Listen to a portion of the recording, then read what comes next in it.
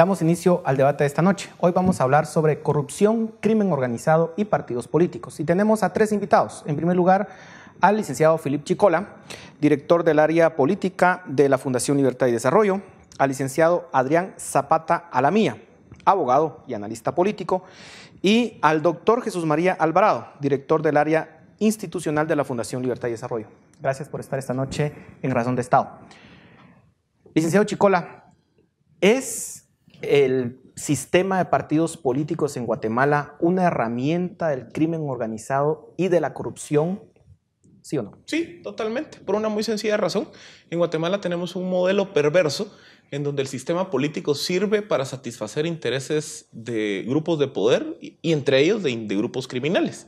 Y lo que ocurre es que para que esos grupos lleguen a espacios de poder necesitan ganar elecciones. Los partidos se convierten entonces en el vehículo para llevar a esos grupos de interés o a esos grupos de poder criminal a espacios públicos. ¿Y cómo capturan estos grupos a los partidos públicos? Vía el financiamiento electoral ilícito. Es que lo que pasa es que aquí se ha generado una dinámica en donde si yo quiero entrar al poder público necesito financiar campañas, porque financiando campañas el día de mañana yo las rentabilizo vía contratos corruptos, corrupción, privilegios, negocios o sencillamente logrando que la fuerza pública se haga de la vista gorda ante mis operaciones criminales. Es una lógica de inversión y rentabilidad en lo cual los partidos políticos son los actores que materializan ese proceso de capturar al Estado invirtiendo en campañas electorales. ¿Es el pecado original de nuestra democracia entonces el financiamiento ilícito? ¿Sí o no, licenciado?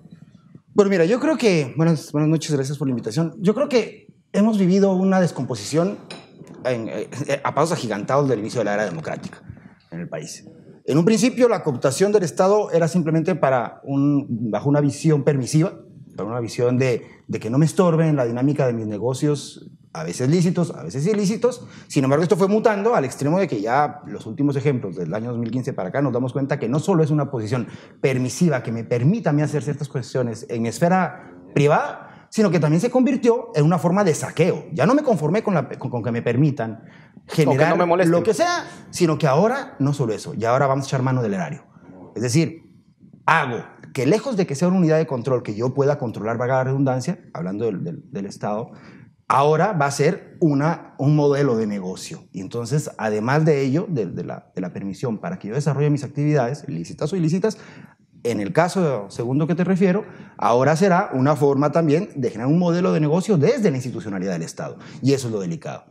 ¿Cómo se ha llegado a eso? Evidentemente, la única forma ha sido ir cooptando estructuras en un principio lo más alto. Sin embargo, hemos visto, después de la última década quizá, cómo no se han conformado estos actores perversos solo con ello, sino que se ha dado una cooptación desde los esquemas medios. La gerencia media institucional empieza a ser cooptada, ya sea mediante cuestiones de peculado o de soborno directo, o bien incluso teniendo el poder de arriba para mantener la estabilidad laboral de funcionarios bajo la condición de responder a estos intereses perversos. Un sistema como los que han descrito tanto Philip como Adrián, ¿tiene salvación con ese nivel de podredumbre que parece que tuviera?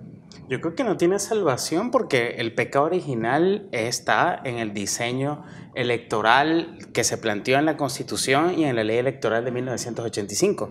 Todo esto que han hablado muy bien mis dos contertulios son las consecuencias de ese modelo. Muy sencillo, en la Constitución de 1985... Pero, a ver, solo perdón, sí. Eso existía antes también esta dinámica existía antes del 85. No se puede decir que del 85 para atrás no sucedía nada malo en este país. No, quizás el tema del narcotráfico no era tan fuerte en 1985 como lo es ahora. Eso quizás tenga mucho más magnitud. Quizás el problema de Guatemala era un país que venía de una guerra civil y que había cuerpos clandestinos de seguridad en el país y eso fomentaba unas dinámicas de corrupción en el Estado. Pero las consecuencias graves que estamos viendo hoy son consecuencias de un diseño que no pretendió curar los males de antes, sino que agravar los males de antes y crear unos nuevos. nuevos. Un ejemplo, el caso de la ley electoral de 1985 con la Constitución, lo que pretendió fue crear aquí en Guatemala un sistema de partidos políticos estatales cuya misión de los partidos políticos no es tener un programa ideológico. El programa ideológico es el del sistema electoral, que siempre se ha concebido como un sistema de consenso. ¿Entre quiénes? Entre los actores que se han repartido el poder político en Guatemala. ¿Qué constitución tenemos? No una constitución que limite los poderes del Estado, ni que reconoce los derechos individuales, ni los derechos de los particulares, sino un sistema que instauró aquí un sistema de corporativismo y patrimonialismo, donde cada quien tiene su cuota de poder vía la Constitución, y el sistema electoral lo que hace es responder a esos incentivos que creó la Constitución. Ese es el diseño que yo creo que de alguna manera debería de criticarse, para que podamos de alguna manera tratar de no solamente atacar los síntomas que bien han descrito nuestros compañeros, sino también de cambiar el modelo. Si no se cambia el modelo, sencillamente lo que vamos a es una secuencia de derrumbe del sistema electoral, porque lamentablemente lo que podemos ver en la sociedad civil es que la gente tira el argumento de la moralina, pero esconde la mano en la responsabilidad. No se va a cambiar esto si no se cambia el diseño que se ha concebido por años de sistema electoral. Les pongo algunos casos muy concretos que evidencian esa lógica perversa. En el caso del líder, se evidenció como líder para la campaña de 2015 sustrajo por lo menos 6 millones de quetzales del transurbano para financiar la campaña, y que existía una especie de relación simbiótica entre los propietarios de las empresas de buses del transurbano y las autoridades del partido líder. Recientemente se demostró cómo una estructura dedicada a cobrar y pagar sobornos por la devolución de crédito fiscal le inyectó recursos en la campaña de 2015 a la Unidad Nacional de la Esperanza. Misma estructura que llevó al caso La Línea del otro lado de la ecuación.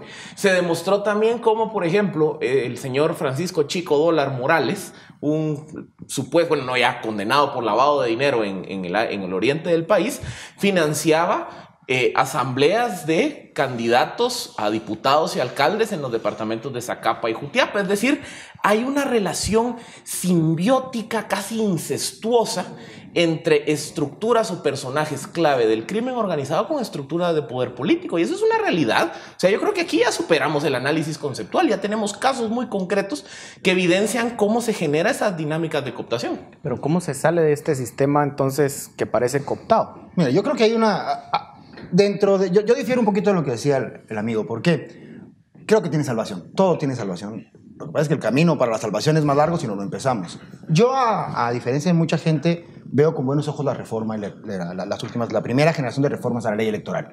Creo que forza a un cambio estructural en los partidos para responder a lo que deberían ser los partidos políticos. Es decir, no ¿tiene el Tribunal Supremo Electoral la capacidad de, por ejemplo, tener control sobre el financiamiento de los partidos? Primero estamos partiendo del deber ser. O sea, tiene que tenerla, y además tenemos una gran ventaja en el diseño normativo, porque permite incluso, después de agotar el primer proceso, hacer un análisis que puede ir haciendo más, hacer perfectible cada una de las cuestiones. Se le ha dado palo durísimo al tema de la campaña, de que no se permita campaña anticipada y que no se pueden conocer los programas de los candidatos y que hay una mordaza para los candidatos. Yo creo que no es tan así. De igual forma, hay una postura férrea desde algunos medios de comunicación en torno también a la limitación a este ejercicio. Yo creo que también eso favorece. ¿A qué voy? Una campaña corta forza a un trabajo permanente de los partidos políticos que debe realizarse no solo en época de campaña, que la motivación no es exclusivamente llegar al poder, que finalmente sí, es el fin. Pero creo que la dinámica de un partido político debe ser un trabajo continuo en función de un programa completo, y respondiendo a temas ideológicos. Porque usted está hablando de tener estructura, y esa estructura en el interior, por ejemplo, lo tiene un partido como la UNE, que sabemos que también ha recibido o tiene acusaciones de haber recibido financiamiento electoral oscuro. Tener esa organización en el interior, que no necesariamente recurre a los medios, también significa tener recursos. ¿Cómo se controla? No es aún más difícil para el Tribunal Supremo Electoral controlar. La dinámica de un partido político, sí es cierto, requiere plata, pero a ver, condenar el hecho de que porque hoy solo hay uno, que yo no es que lo esté defendiendo, pero es que realmente la dinámica partidaria va más allá de las áreas urbanas de un país. Si queremos desarrollar una vida política moderna dentro de Guatemala, tenemos que entender que la dinámica de los partidos no es solamente en las ciudades. Y justamente el trabajo de las organizaciones políticas debe ser formativa y en una función mucho más madura, insisto, más allá de un show, más allá del momento de la campaña. Tiene que ser un esquema que responda a la línea ideológica del partido, con miras evidentemente a llegar al poder, pero desde una perspectiva de formación, de generar pertenencia de la gente, ¿no? Hay un escenario ideal, y es los partidos aquí en Guatemala generalmente han sido partidos de armadura o de cascarón, en donde pequeños grupos generan, digamos, una estructura de cascarón y esa estructura es la que les sirve para ganar elecciones. La UNE, podríamos decir, es el único partido con características de base que tiene organización territorial. Obviamente todos sabemos, ya mencionábamos el caso de cómo se conoce que han recibido dinero de crimen organizado. Donde creo que está la parte que los partidos deben de trabajar es incentivar que la figura del afiliado tenga algún tipo de compromiso con el partido. Es que el gran problema de la democracia aquí en Guatemala es que se ha permitido que pocos paguen mucho, cuando las democracias requieren que las personas en lo individual lo paguen. Pero lo que se necesita aquí es que el partido incentive que sus afiliados, los miembros de su base, aunque sea 5 quetzales, 10 quetzales, los que estén en sus posibilidades, contribuyan al financiamiento. Eso es ideal, pero no quita que aquellos partidos que no logren el suficiente dinero con estos aportes hormiga, pues de todas formas van a recibir dinero del crimen organizado. La pregunta es, ¿cómo hacer para que ese dinero del crimen organizado no se filtre? ¿Es posible? No, perdón. Es momento no parte de plata. No hemos dejado hablar. No hemos dejado hablar. Pero es que, a ver, las reglas en Guatemala fomentan la corrupción. La corrupción no es un problema solo moral, ni es un problema solo de una dinámica política. Estas reglas desde 1985 hasta ahora han fomentado más corrupción de la que había antes. Es más, cualquier oyente puede ver que desde 1985 hasta el 2019, aquí el discurso se ha resumido a los 4 jinetes del apocalipsis. Este país mejorará si se reforma la ley electoral, la ley de servicio civil, la ley de amparo, la ley de contrataciones, y solo se ha discutido en esas 4 leyes, nunca se piensa fuera de la caja, y el resultado ha sido el desmadre institucional que tenemos. Bien, ¿qué tipos de instituciones tenemos? No las vamos a resolver los problemas de corrupción poniendo una ley punitiva, que quizás aquí es donde quizás ponemos una discrepancia, porque nuestra ley cada vez más, que ya termina siendo un código electoral, piensa es resolver los problemas que vamos viendo vía consecuencias todos los años. No, el problema se va a resolver cambiando el modelo. ¿Qué tipo de sistema de partidos políticos queremos? Un sistema de partidos políticos que permita que la sociedad civil sea la que participe vía políticamente como medio de control del poder político. Eso es lo que yo quiero, un sistema político partidista, no el sistema político que no haya tanta regulación del Estado, pero no haya tanta regulación del Estado. De todas formas, si no hay regulación del Estado, también se filtra el dinero del crimen organizado. Las regulaciones del Estado en todos los sistemas políticos modernos es la actuación del partido político externamente. Esta ley que tenemos electoralmente pretende regular el partido político internamente. Es como que si yo le dijera a una empresa, el Estado le va a controlar quién nombra de gerente, cuáles son las líneas de mercadeo de una empresa, cuáles son las líneas de estrategia de publicidad de una empresa. Bueno, la empresa morirá. Eso es lo que ha pasado con el sistema de partidos políticos en Guatemala. No, yo sí difiero abismalmente en el tema del control institucional, incluso en el esquema interno de los partidos. Y justamente hoy padecemos el descontrol y que sea una panacea para los caciques que manejan los partidos como fincas. Entonces yo sí creo que debe haber un grado de control, evidentemente, como en muchas otras discusiones que podemos tener, tanto como sea necesario, eso sí, pero sin afectar la dinámica lógica de un partido político. Pero esta puede ser excesiva. No sé, yo creo que no, porque además creo que el problema de Guatemala no se resuelve con homeopatía. Estamos bajo un problema tan serio que sí necesitamos un antibiótico muy poderoso. Creo que necesitamos una dinámica de control. Creo que justamente a lo que yo me refería hace un momento es a que la misma ley abre la puerta para poder enmendar y adecuar, porque norma estática no es norma con un grado de certeza. El derecho es evolutivo y en el caso de la dinámica política debe serlo incluso más. Yo creo que esto es un balance entre mecanismos de control. Creo que la reforma a la ley electoral del año 2016 genera algunos nuevos mecanismos de control para el tribunal.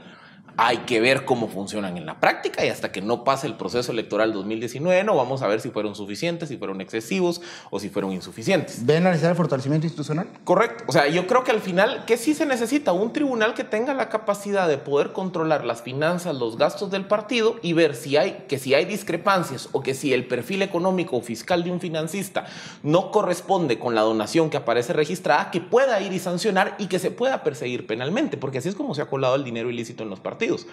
Pero el Tribunal Supremo Electoral a veces es controlado por los mismos partidos también. Sí, por eso hay que cambiar también el modelo de elección del Tribunal Supremo Electoral. Pero el otro, rompiendo el corporativismo. Pero aquí nadie quiere romper el corporativismo porque el corporativismo no solo está en el Tribunal Supremo Electoral, está en todo el Estado. Eso es otro tema. Pero también aquí el otro elemento es la cultura de legalidad. Es que aquí en Guatemala de verdad nos gusta violar la ley. Las reformas, las reglas del financiamiento electoral están vigentes desde el 2004. Y hasta que no empezaron los casos judiciales, penales, por financiamiento electoral ilícito, nadie se cuenta, ay, fíjese que no puedo financiar de forma anónima un partido. Lo mismo ocurre a nivel de las estructuras partidarias. La misma cultura de los partidos es cómo evito yo ser fiscalizado, cómo hago para recibir dinero sin que queden en las cuentas del partido. Entonces, mientras no cambie esa cultura y entendamos que o respetamos la ley o esto es una selva en donde el que tiene más plata y generalmente plata sucia es el que va a controlar el sistema, estamos a la deriva. Por mucho control que le demos a la autoridad electoral, esto no va a cambiar. Para conclusión. Hay que modificar el modelo. Si lo que queremos son partidos institucionales. ¿Eso significa cambiar la Constitución? Eso significa cambiar por lo menos la ley electoral. La ley electoral de Guatemala solamente puede cambiarse en la medida en que se repiense el sistema electoral. La Constitución no dice nada sobre el modelo electoral que tenemos en Guatemala. 30 segundos. Coincido, creo que tenemos que replantear la forma de elección, sobre todo los cargos que implican el Congreso de la República, o sea, el acceso al Congreso va a ser toral y creo que el modelo debe ser revisado y creo que las reformas a ley, las actuales, son buenos principios. Yo quisiera ver partidos que se depuren, partidos que abiertamente digan yo no acepté a este candidato porque vi su perfil histórico y generaba cuestionamientos, o yo no acepté el financiamiento de esta persona porque no pudo demostrar el origen lícito de esos fondos. Pero la democratización del partido y el empoderamiento de los afiliados te lo permite. Terminó el tiempo. La conclusión en la que creo que todos estamos de acuerdo y que tenemos que reconocer es que este sistema está cooptado por la corrupción y el crimen organizado. Si no partimos de reconocer eso, no vamos a ninguna parte. Luego discutimos sobre la solución. Pero muchas gracias. Va a decir que no es cooptación. Gracias por su participación. Gracias a ustedes por su atención. Los dejamos ahora con el análisis.